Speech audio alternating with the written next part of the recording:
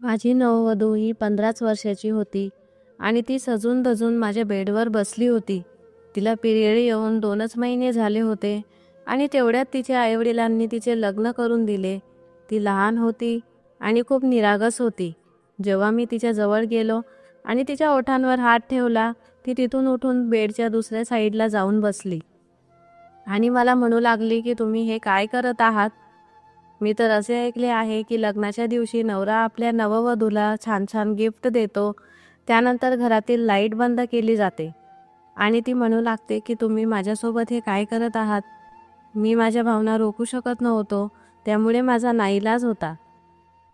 त्यामुळे मी लाईट बंद करून तिला माझ्याजवळ ओढले आणि माझ्या आईवडिलांनी माझ्या मनाविरुद्ध जबरदस्ती करून माझे लग्न करून दिले होते. पण याचा अर्थ असा नव्हता की माझे कोणावर प्रेम होते.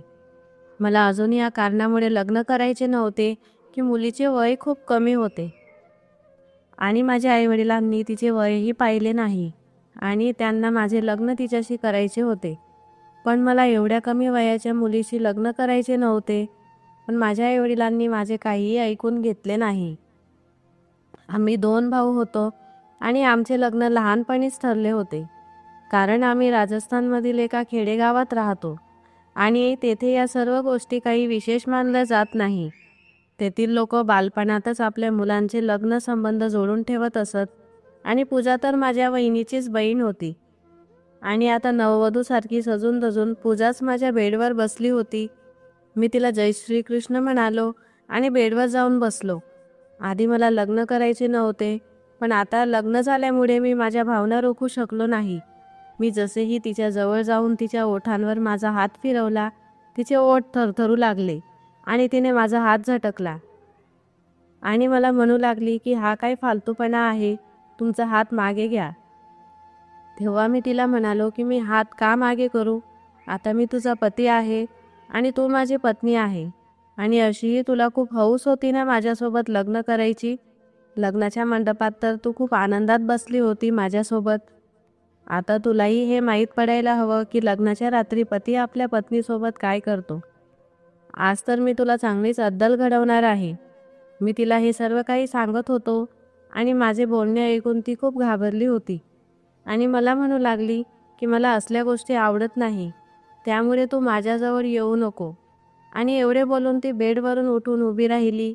मीही उठून उभा राहिलो आणि तिला घट्ट पकडले आणि म्हणालो की खरी मजा तर तुला आता येईल. तू आता तयार राहा.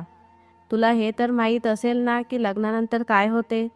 पूजा मला म्हणू लागली की मला तू बालिश समजू नको. मलाही चांगल्या प्रकारे माहिती आहे की लग्नाच्या रात्री पती काय करतो. तिचे हे बोलणे ऐकून मला थोडे आश्चर्य वाटले, म्हणून मी तिला विचारले की सांग मला की काय करतो.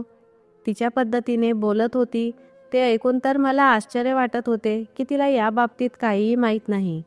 ती सांगू लागली की लग्नाच्या रात्री पती आपल्या पत्नीला छान छान गिफ्ट देतो.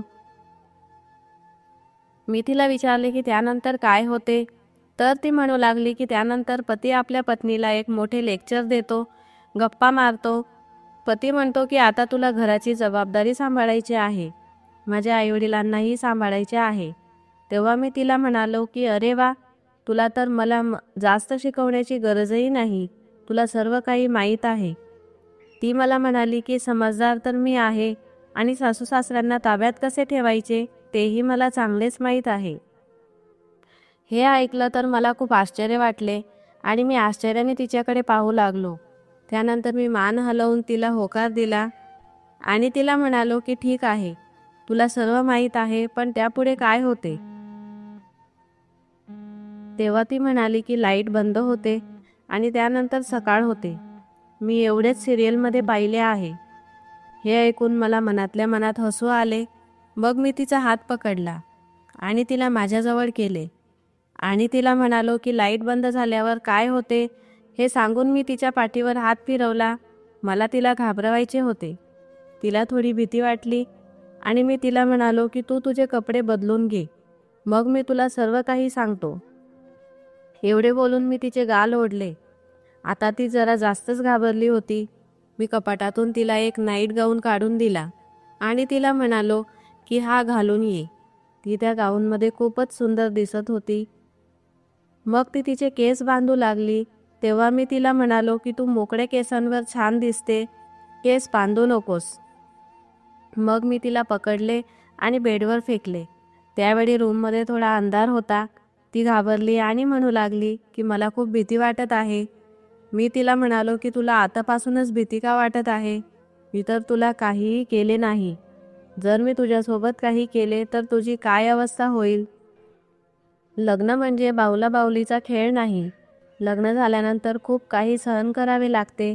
माझी इच्छा होती की तिच्या मनात भीती निर्माण व्हावी, कारण मला माझ्या आईवडिलांना असे पटवून द्यायचे होते की एकाच घरातून 2 मुले आणणे योग्य नाही, आणि तेही एवढ्या कमी वयात.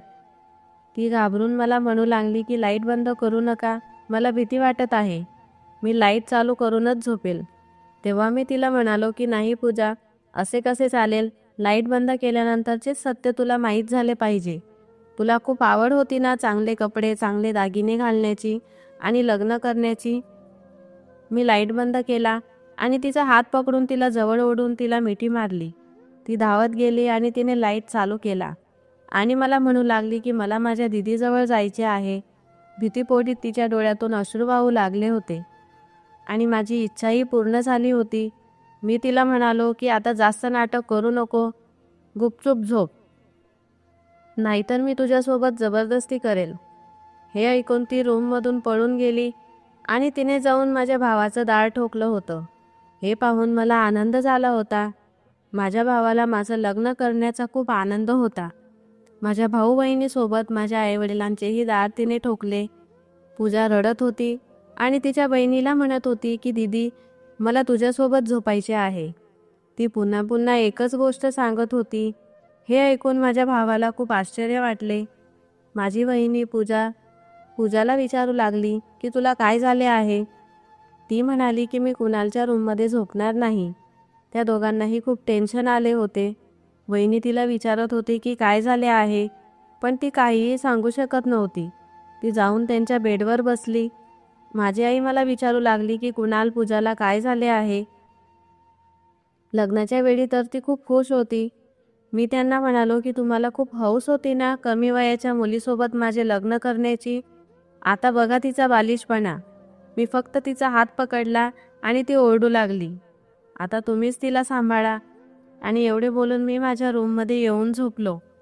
मी गाढ झोपण्याच्या आधीच माझा भाऊ रागात माझ्या रूममध्ये आला आणि त्याने जोरात माझ्या बेडवर उशी फेकली आणि रागात येऊन तेथे बसला आणि मला बोलू लागला की तुला प्रेमात हात पकडता आला नाही का?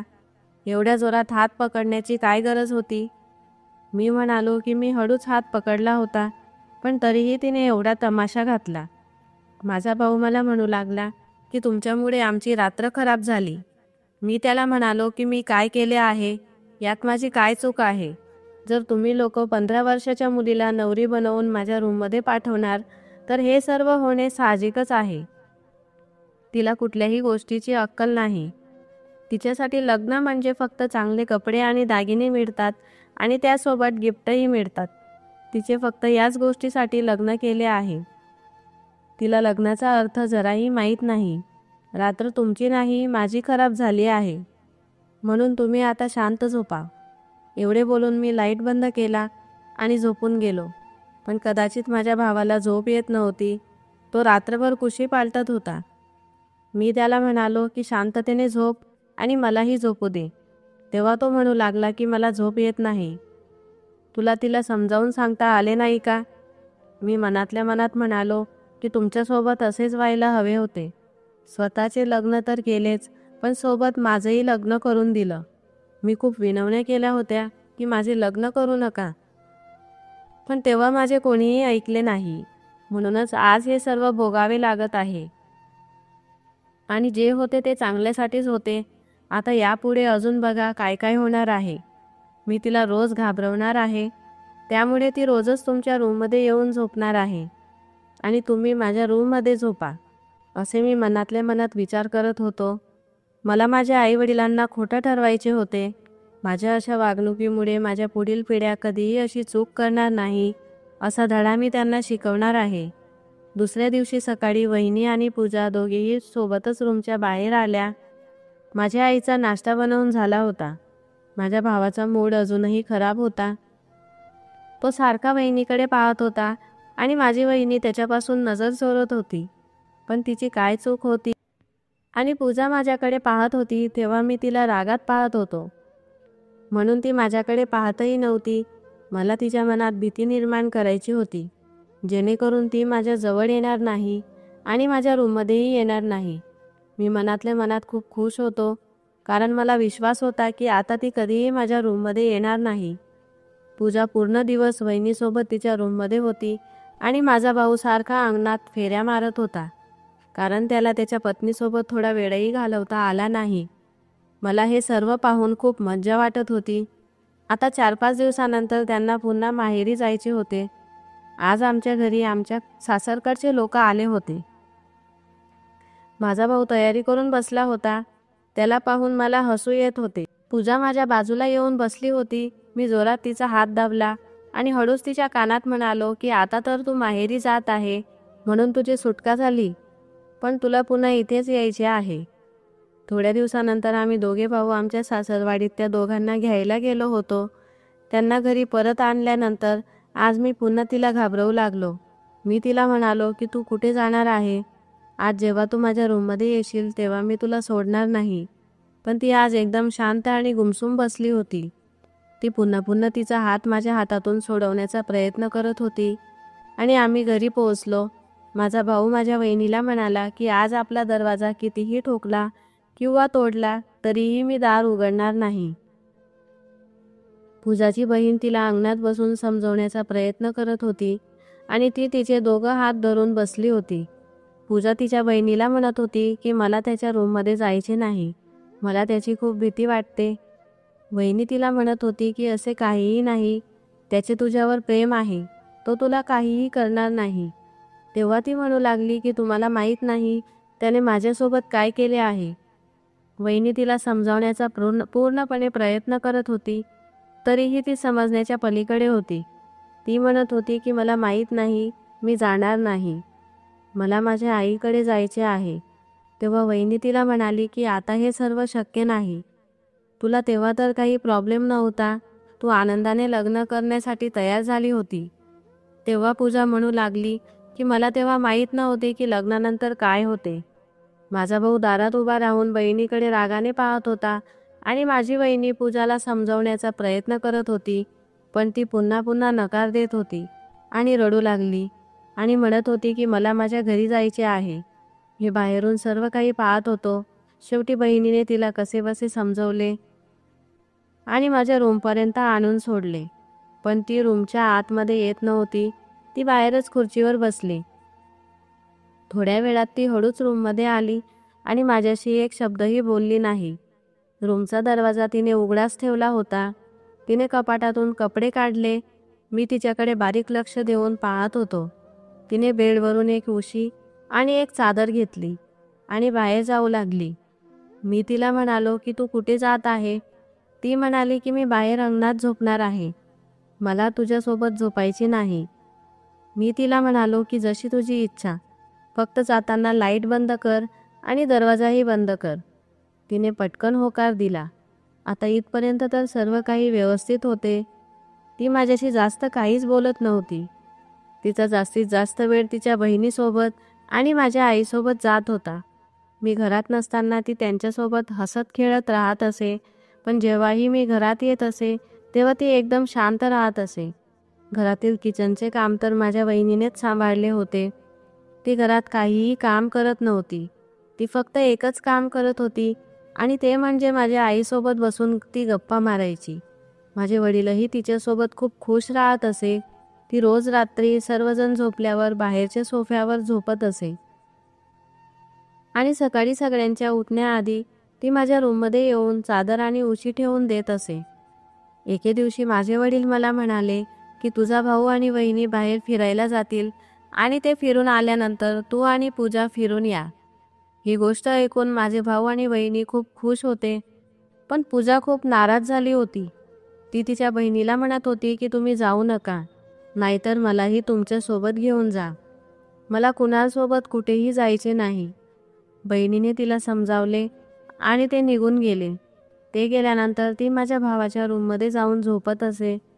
पण आता मला ही गोष्ट थोडी विचित्र वाटू लागली. सुरुवातीला मी माझे जबरदस्ती लग्न केल्यामुळे असे केले होते, पण आता मलाही असं वाटत होतं की तिने माझ्यासोबत बसावं, बोलावं. पण ज्या पद्धतीने मी तिला घाबरवले होते, त्यामुळे ती मला पाहताच आता घाबरत होती. एके दिवशी मला झोप येत नव्हती. मी विचार केला की मी आज तिच्याकडून माफी मागावी आणि तिला माझ्या रूममध्ये घेऊन यावे आणि प्रेमाने तिच्याशी गप्पा कराव्या. किती दिवस आम्ही असे दूर राहणार होतो. जे व्हायचे ते होऊन गेले होते. मी बाहेर आलो आणि माझ्या भावाच्या रूमचा दरवाजा उघडू लागलो. मी दार ठोकले, पण पूजाने मला आतून आवाज दिला नाही. मी खिडकीतून तिला पाहण्याचा प्रयत्न केला, तर ती गाढ झोपेत होती आणि ती झोपेतही खूप सुंदर दिसत होती. आता मी विचार केला की आता खूप झाले आहे. मलाही आता माझ्या भावासारखे वैवाहिक जीवन जगायचे आहे. माझ्या भाऊ आणि वहिनीला बाहेर जाऊन आता 7 दिवस झाले होते आणि आता त्यांना परत यायचे होते आणि मला पूजासोबत जायचे होते. म्हणून मी विचार केला की जाण्याआधी तिच्यासोबत मैत्री करावी. मी हळूच तिला आवाज दिला, पण ती गाढ झोपेत होती. मी तिला खिडकीतून आवाज देऊ लागलो, तेव्हा ती उठली आणि खिडकीत आली आणि मला विचारू लागली की काय काम आहे. मी तिला म्हणालो की आता तमाशा खूप झाला आहे, चल आपल्या रूममध्ये ये. हे ऐकून ती पुन्हा घाबरू लागली आणि म्हणाली की मी इथेच ठीक आहे, मी येणार नाही.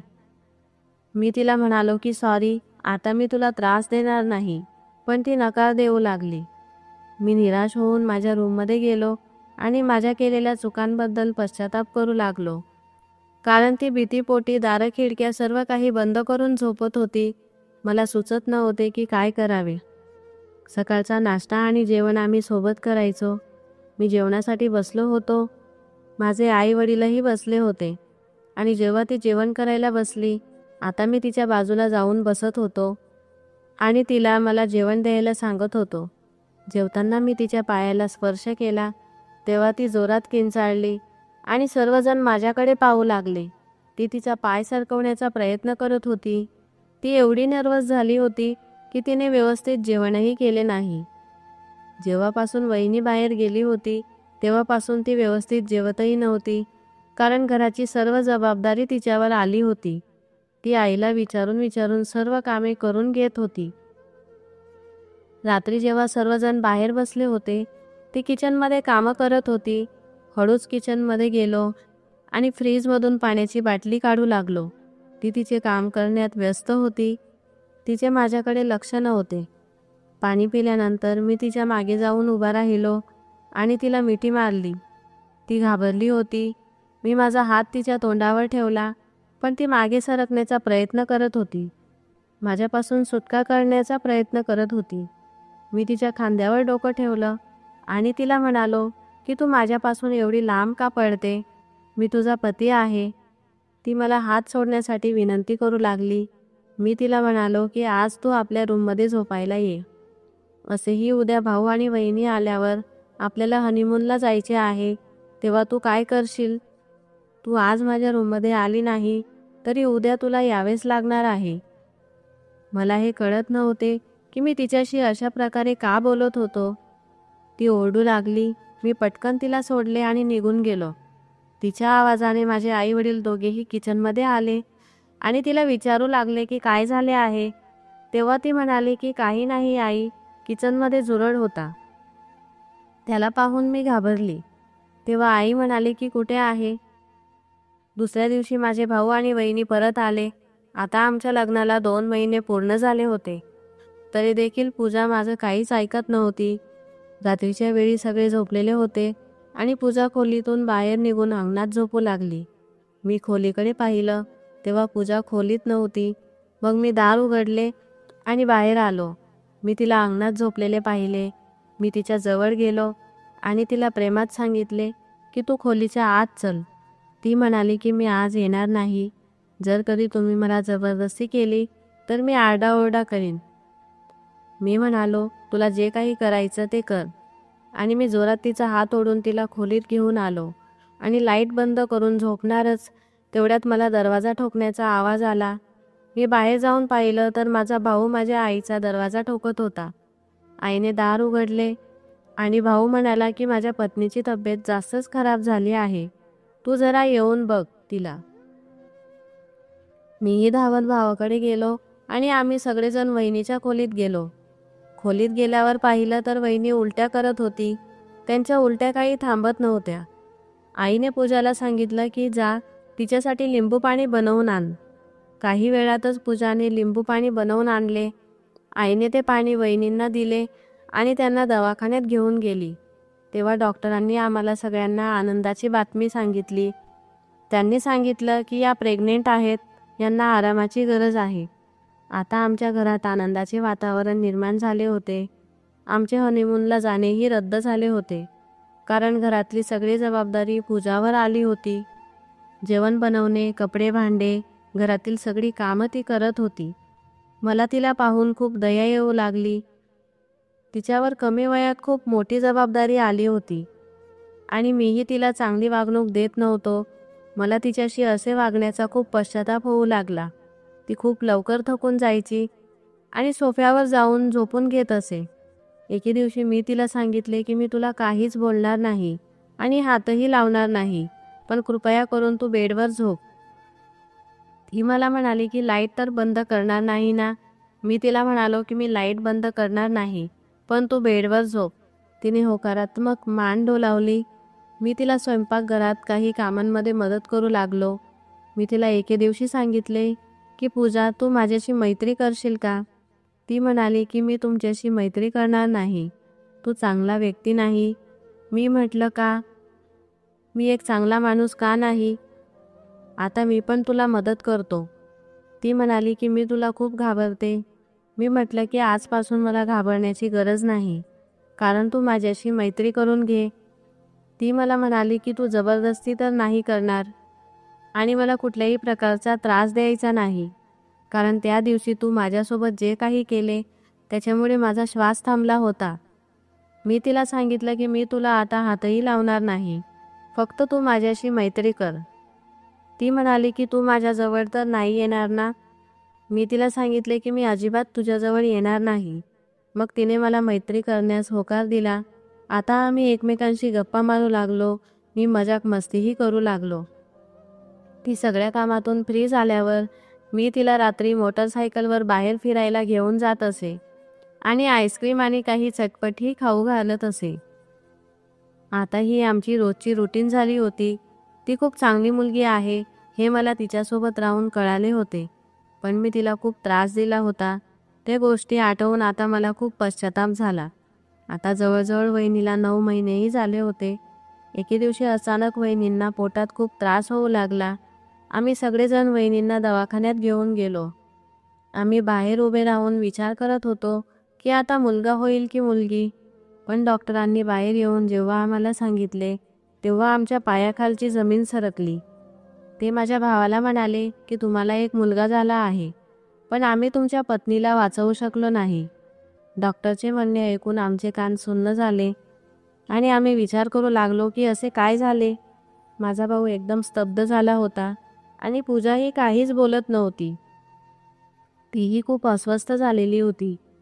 त्यांना ज्या वेळेस आम्ही दवाखान्यात आणलं होतं तेव्हा त्यांची तब्येत तर बरी होती. डॉक्टरांनी मला सांगितले की प्रसूती दरम्यान त्यांचा BP लो झाला होता आणि हे इतक्या लवकर झालं की आम्ही काहीही करू शकलो नाही. आम्हा सगळ्यांवर दुःखाचा डोंगर कोसळला होता. आम्हाला कुणालाच काही समजत नव्हते की आता काय करावे.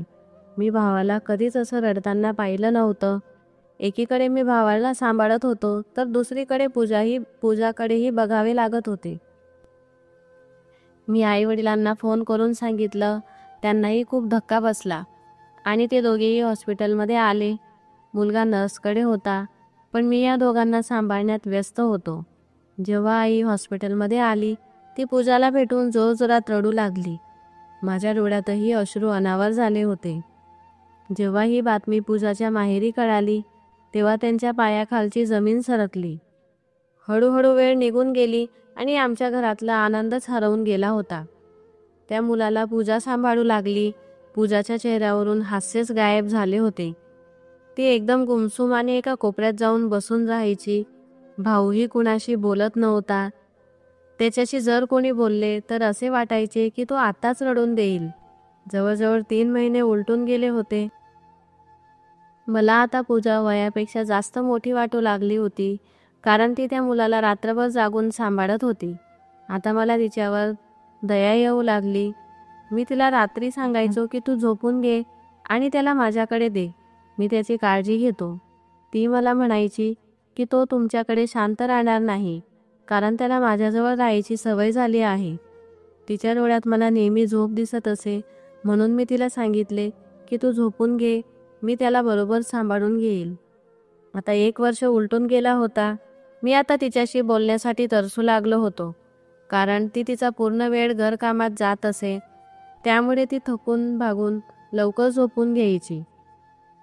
पण एवढ्यात पूजाच्या माहेरी अजून दुःखाचा डोंगर कोसळला होता.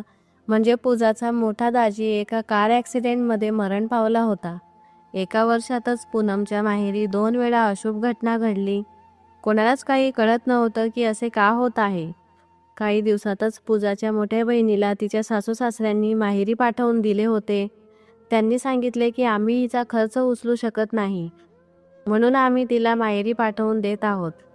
मग एके दिवशी आमच्या घरातील लोकांनी आणि पूजाच्या माहेरच्या लोकांनी विचार केला की आपण या दोघांचे लग्न करून दिले तर, म्हणजे माझ्या भावाचे आणि पूजाच्या बहिणीचे लग्न. मग सगळ्यांचे एकमत झाले आणि त्या दोघांचे लग्न लावून दिले. पूजाच्या मोठ्या बहिणीलाही 2 मुलं होती. माझ्या भावाने त्या दोघांनाही आपले नाव दिले. आता पूजा माझ्याजवळ येऊ लागली होती, कारण मीच सगळ्यांना त्या दोघांचे लग्न लावून देण्याचा सल्ला दिला होता. आता ती माझ्याशी प्रेमाच्या गप्पा मारू लागली होती आणि माझ्याशी जवळीक साधण्याचा प्रयत्नही करू लागली होती. ती खूप समजदार झाली होती. आता तिला माझ्यापासून काहीही प्रॉब्लेम नव्हता. आणि काही दिवसातच पूजा प्रेग्नेंट झाली. तिची मोठी बहीणही खूप चांगली होती. तिने खूप लवकर माझ्या भावाचं मन जिंकलं आणि घर देखील खूप चांगल्या पद्धतीने सांभाळू लागली. आता आमचा परिवार पुन्हा हसत खेळत राहू लागला. पूजाने एका गोंडस मुलीला जन्म दिला. त्या मुलीच्या जन्मामुळे आमचं आयुष्य खूप आनंदित झालं.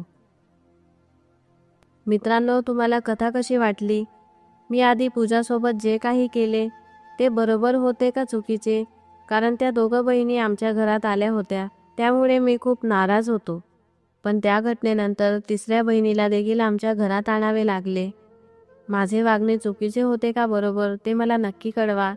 आणि तुम्हाला कथा आवडली असेल तर लाईक आणि सबस्क्राईब करायला विसरू नका. पण मी तुम्हाला एक गोष्ट सांगतो की आपल्या भारत देशात कितीतरी राज्यांमध्ये बालविवाह होतो. त्यामुळे ज्या कमी वयाच्या मुली असतात त्यांना हे सगळं सोसावं लागतं. आपण सगळ्यांनी जर ठरवलं तर आपण बालविवाह रोखू शकतो. ही कथा फक्त लोकांना जनजागृती करण्यासाठी होती, कोणाचे मन दुखवण्यासाठी नव्हती. कृपया सगळ्यांनी बालविवाह रोखण्यासाठी एक पाऊल पुढे या. आपण उद्या पुन्हा भेटूया नवीन कथेसह. धन्यवाद.